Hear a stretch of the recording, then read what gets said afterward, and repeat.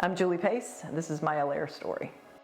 We moved here from Baltimore in 2012, and we were looking for a small, comfortable home. We really liked the neighborhood a lot here.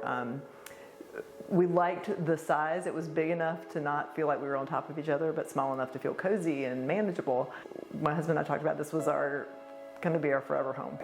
So on September 7th, 2021, everything changed. It was actually a really beautiful day. I was working, this was still kind of COVID time, so my husband and I were both working at home. We have a finished basement. That was his office space.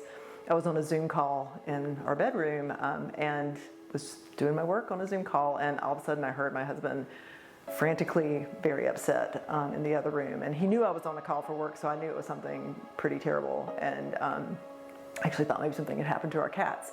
So I politely and calmly excused myself from the Zoom call and came out, and the window right back there was completely orange, just ablaze.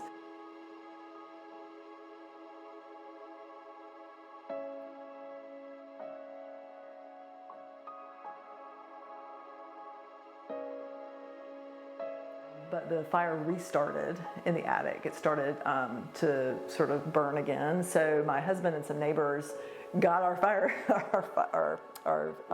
water hose, again, our garden hose, and kept water on it until the fire department came back out.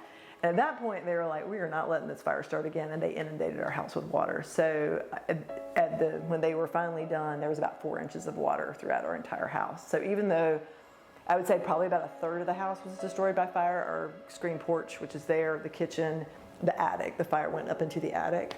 But the rest of it, you could walk through it, but everything was completely soaked. There was just black smoke everywhere. So that black smoke everywhere got on everything. Even the parts of the house that were not really damaged by fire were just really very, very badly damaged by smoke and water. So the weeks after the fire were really a blur. I mean, we were overwhelmed, obviously, and we just were very sad because that was our forever house, and we just wanted it back, and we're trying to figure out how to get it back. I happened to reach out to, there's a Facebook group for local moms that I'm on, and my first thought was like, got to find somebody to help us rebuild. So I reached out to this group to get some recommendations, and I happened to connect with 2 other women who'd been through fires, one of whom had worked with Frank Wickstead at Alair.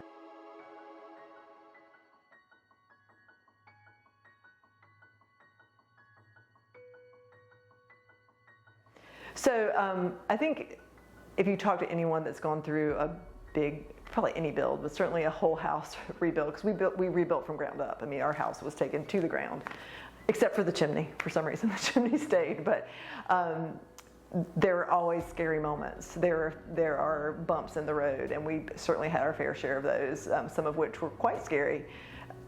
But I always felt like Frank and his team were on our side. I'm not saying, and you probably won't record this, but I'm not saying this because you're here doing this. I really have told many, many people what an amazing experience I had from the very beginning. Like I said, I vividly remember that first conversation with Frank where I felt like, he wasn't just going to say to me, I'm sure we can build your house back at a price you can afford. He wasn't just going to say that, but he was like, I want to be able to tell you that, and I think we can. I mean, so I felt like, this is someone who wants to help me, but is not going to tell me things that aren't possible. And then so that sort of carried throughout the whole process. I felt like supported from everybody on the team, actually. I mean, to a person, I felt like they were competent, amazing, the quality of our build is outstanding, but to a person, they're just nice folks. I mean, I feel like, again, as we've had to kind of deal with insurance, sometimes money doesn't flow as quickly as you would like it to, and I feel like I never felt like they were like, okay, Julie, let's get the money going. If they were very gracious with, understanding our kind of unique situation. I've already talked about Marina and what amazing. I mean, I swear that woman doesn't sleep. I would ask a question and it doesn't matter what time of day, it could be 6 o'clock in the morning or 10 o'clock at night, she would respond immediately. And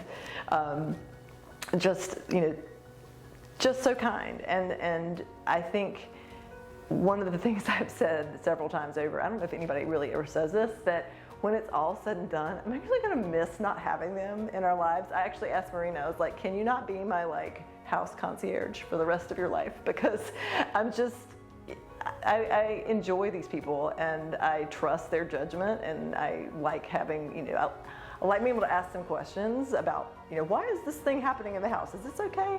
But also just like them as people. They're nice, they're kind, they care.